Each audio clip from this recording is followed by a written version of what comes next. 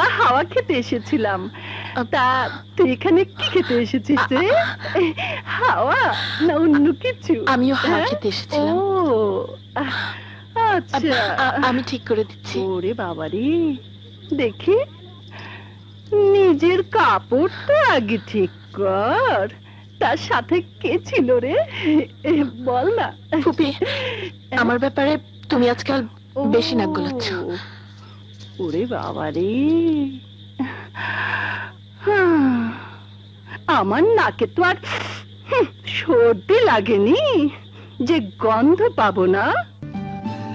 প্রেমের আলো তো প্রেমিক প্রেমিকার মনের আকাশে থাকে রে পাগলা।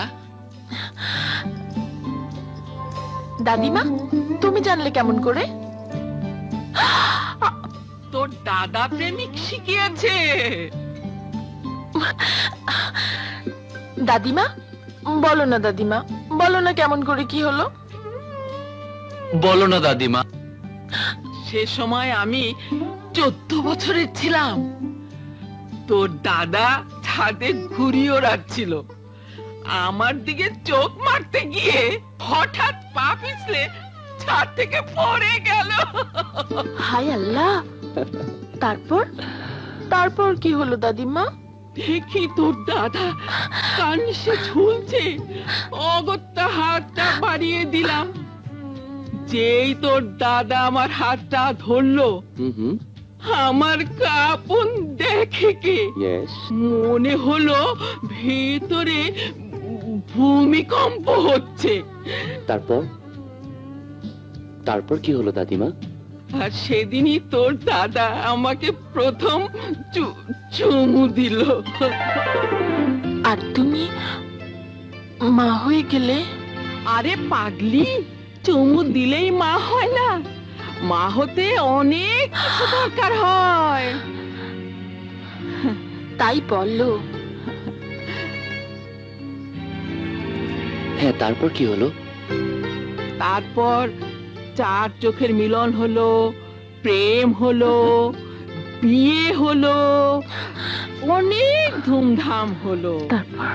কত লোক এসেছিল, আমাদের সুখের সংসার হলো, বাচ্চা কোলে এলো। বাসর রাতে তোর দাদা আমাকে একটা মজার জিনিস দিয়েছিল, সেটা হচ্ছে কদুর তেল, মাথা ঠান্ডা রাখার জন্যে। তারপর তোর দাদা সারা রাত আমার সাথে। তারপর কি হলো? কি করে বোঝাবো সে কথা? তারপর তারপর তারপর তারপর কি হলো দাদিমা? তারপর তারপর কি হলো দাদিমা? তারপর তারপর কি হলো দাদিমা? তারপর অনেক অনেক দিন পরে সেই ছাদের নিচে দুজন প্রেমিক প্রেমিকা একত্র হলো, আর দাদি তাদের হাতে নাতে ধরে ফেললো।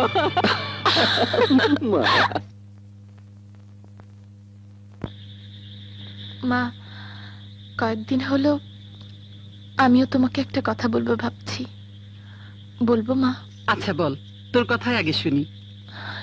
কিন্তু তোমাকে কথা দিতে হবে মা, আমার কথা শুনে তুমি রাগ করবে না? রাগ করবো এমন কি কথা? মা, কথাটা হলো মানে বড় মা বন্ধনাপু শ্বশুর বাড়ি থেকে ফিরে এসেছে। একটা কথা পরিষ্কার শুনে রাখো বন্দনা, যা কিছু হয়ে থাক তোমাকে ওই স্বামীর ঘরে ফিরে যেতে হবে। অসম্ভব, মরে যাব তবু ফিরে যাব না ওই নরপশুটার ঘরে। বন্দনা! বন্দনা আমাকে ধোকা দিয়েছে। মিথ্যে নয়, বন্দনা তোকে ধোকা দেয়নি। আর ধোকা দেয় যদি তার ইচ্ছে হতো, তাহলে বাসর ঘরে সে তার দুঃখের ইতিহাস তোর কাছে খুলে বলতো না। বলেছিল এই কারণে যে তুই তাকে বিশ্বাস করবি। যতটা সে হারিয়ে এসেছে তার চতুর্গুণ দিয়ে তুই তাকে পরিপূর্ণ করবি। তা না করে তুই করেছিস অত্যাচার, দূর দূর করে তুই তাকে তাড়িয়ে দিয়েছিস। আরে আফসোস হয় তোর মতো বন্ধুর জন্য।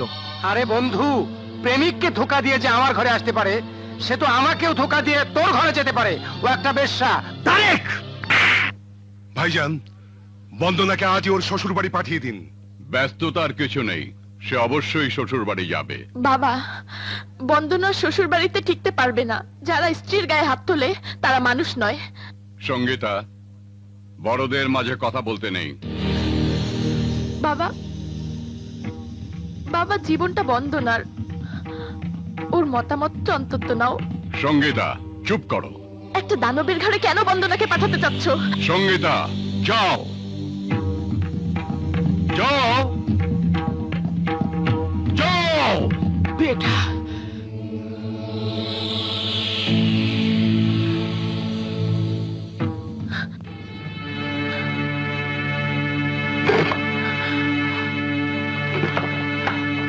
সব ঠিকঠাক, চলো।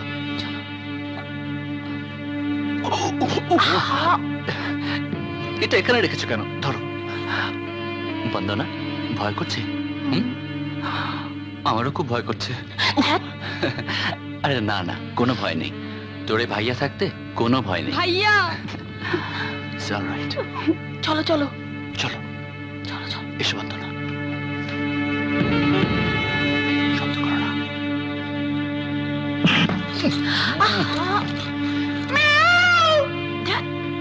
বোকা, এই বাড়িতে কোনো বিড়াল নেই। আরে বাইরে থেকে এসেছে, কেউ বুঝবে না। চলো।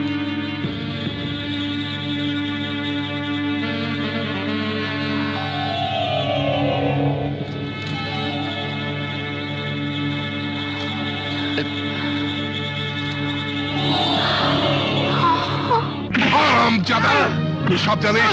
বল বল, কোথায় গেছে বন্দনা? বল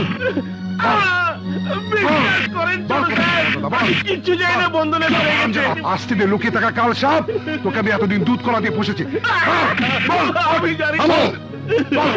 ওকে মারছো কেন? মারবো না, এর জন্য আপনি দায়ী ভাইজান। কি হয়েছে? আমি তখনই বলেছিলাম বন্দনাকে শ্বশুর বাড়ি পাঠিয়ে দিন, কিন্তু আপনি শুনলেন না। ঠিকই করেছি। কি ঠিক করেছিলেন? এই দেখুন, বন্দনা ভেগে গেছে, তালাক দিয়ে গেছে তারেককে, আপনার মুখে থুতু দিয়ে গেছে। গলা নামিয়ে কথা বলো। হ্যাঁ, গলা নামিয়ে তো বলতে হবে। আপনার সামনে তো আর কারো কিছু বলার অধিকার নেই। এসব দুর্ঘটনার জন্য তুমিও কম দায়ী নও। মেয়েকে আগলে রাখোনি, শাসন করনি, এখন বেয়াদবের মতো চিৎকার করছো। চিৎকার করে বুকটা ফাটালেও আপনাকে আমার কষ্ট বোঝাতে পারবো না। আপনি বুঝবেন সেদিনই, যেদিন সঙ্গীতা কারো হাত ধরে পালিয়ে যাবে। চুপ করো, অনেক হয়েছে। ঠিকই তো বলেছে, অন্যের দোষ খোঁজার আগে নিজেদের দোষটাও তলিয়ে দেখতে হয়। ভাইজান, যেদিন নিজের একমাত্র মেয়ের কীর্তি কলাপের খোঁজ করবেন, সেদিনও আপনার মাথাটাও নিচু হয়ে যাবে। খবরদার, কেউ সঙ্গীতাকে নিয়ে বাজে মন্তব্য করবে না। সঙ্গীতা আমার বিশ্বাস। সঙ্গীতা আমার সঙ্গীতের মতোই পবিত্র। সঙ্গীতার জীবনে কোনো স্খলন এলে ধরে নেব আমার সঙ্গীত জীবনের মৃত্যু হয়েছে। আমি আর কোনোদিনই সঙ্গীত চর্চা করব না। চাঁদেরও কলঙ্ক আছে ভাইজান। মেয়ের উপর যখন এতই ভরসা, তখন নিজেই খোঁজ করুন। এখনই সব পরিষ্কার হয়ে যাবে। ডেকে ওকে জিজ্ঞেস করুন। সঙ্গীতা! একটু আশেপাশে খুঁজে দেখুন ভাইজান, দেখবেন কি সুন্দর তালে তালে তাল মিলাচ্ছে আপনার বিশ্বাসী কন্যা।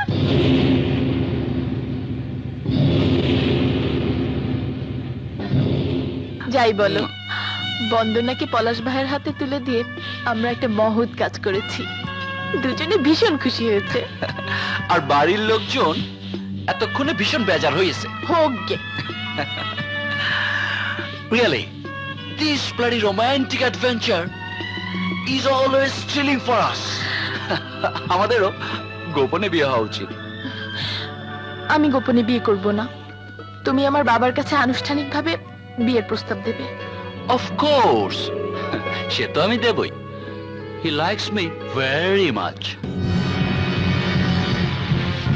তারপর আমি ঘুমটা দিয়ে বউ হয়ে তোমার ঘরে যাব। তাহলে আমার বুকে এসো। এসো।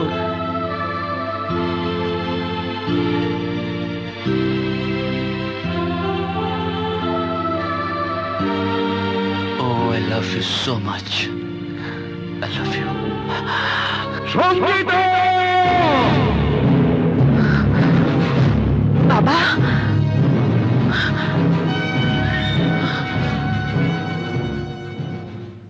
তোর কাছে এমনটি আশা করিনি সঙ্গীতা। এই তুই কি করেছিস? এক পলকের চাহনি, ছোট্ট একটা সাক্ষাৎ গভীর ভালোবাসায় বদলে যাবে, এ কথা আমি ভাবতেও পারিনি। মা, শামীম বলছিল বাবা ওকে খুব পছন্দ করে, বাবা অবশ্যই রাজি হবে। তোর বিয়ে ঠিক হয়েছে ব্যারিস্টার তহিদের ছেলে সুমনের সাথে, পাকা কথা দেয়া হয়েছে। কথা ফেরত নাও মা, আমার কল্পনার সমস্ত রং দিয়ে ওকে নিয়ে স্বপ্ন সাজিয়েছি, জীবনের শুরুতে একমাত্র মেয়েকে। দুই বিয়ে দিও না। তুই বিয়ে? কি বলছিস তুই? হ্যাঁ মা, মনে মনে আমি শামীমকে স্বামী বলে মেনে নিয়েছি। ওরে মেয়ে, কি বলছিস? চুপ কর, আমাকে সব খুলে বল। কতদিন গড়িয়েছে তোদের সম্পর্ক? ওকে ছুঁয়েছে মা। সঙ্গীতা! হ্যাঁ মা, ছুঁয়েছে।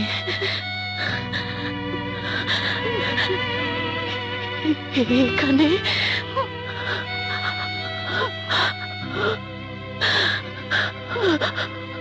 এখানে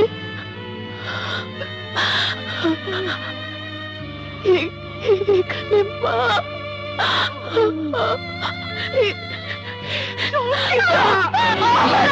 ছুঁয়েছে মা। শামীমের পরশ লাগা আমি আর কাউকে দিতে পারবো না মা। শামীমকে ছাড়া আমি বাঁচবো না মা, শামীমকে ছাড়া আমি বাঁচবো না, শামীমকে ছাড়া আমি বাঁচবো না মা।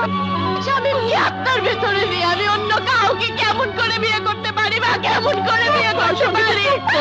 আমি বাঁচবো না মা। গো, তুমি বাবাকে বুঝিয়ে বলো, দয়া করো মা, দয়া করো, আমাকে সাহায্য করো। চুপ কর সঙ্গীতা, চুপ কর, চুপ কর। ঠিক আছে, আমি তোর বাবাকে বোঝানোর চেষ্টা করব।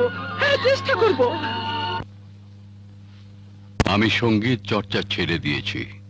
আজকের পর তোমাকে শেখানোর মতো আমার কাছে আর কিছুই নেই।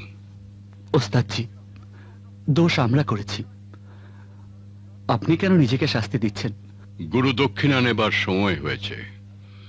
সঙ্গীত বিষয়ে আমি যতটা শিক্ষা তোমাকে দিয়েছি তার কসম খেয়ে বলো, আজকের পর তুমি সঙ্গীতার সাথে কোনো সম্পর্ক রাখবে না, সাক্ষাৎও করবে না।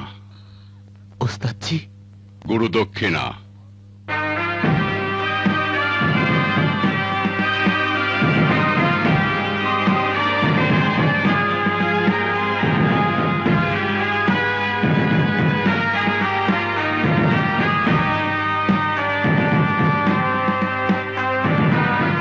ওস্তাদজি, যাবার আগে একবার, শুধু একবার সঙ্গীতার সাথে দেখা করতে পারবো না?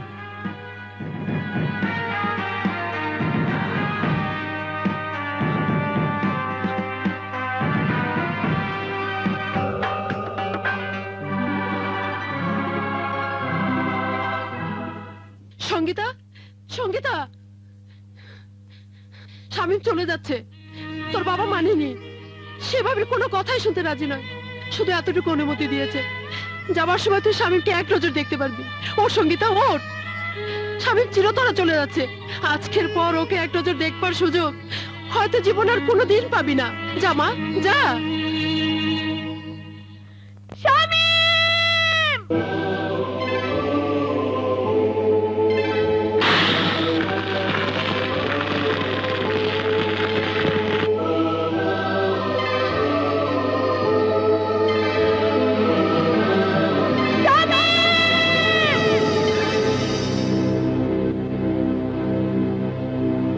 জ্বলে পুড়ে প্রাণটা যে অঙ্গার হয়ে গেল, একই সাজায় আমায় দিল, কি করে বাঁচি বলো? এ প্রাণ গেল, জান গেল, এ প্রাণ গেল তোমার ওই প্রেমেতে, জ্বলে পুড়ে প্রাণটা যে অঙ্গার হয়ে গেল, এ কি সাজায় আমায় দিল, কি করে বাঁচি বলো, এ প্রাণ গেল জান গেল, এ প্রাণ গেল তোমার ওই প্রেমেতে।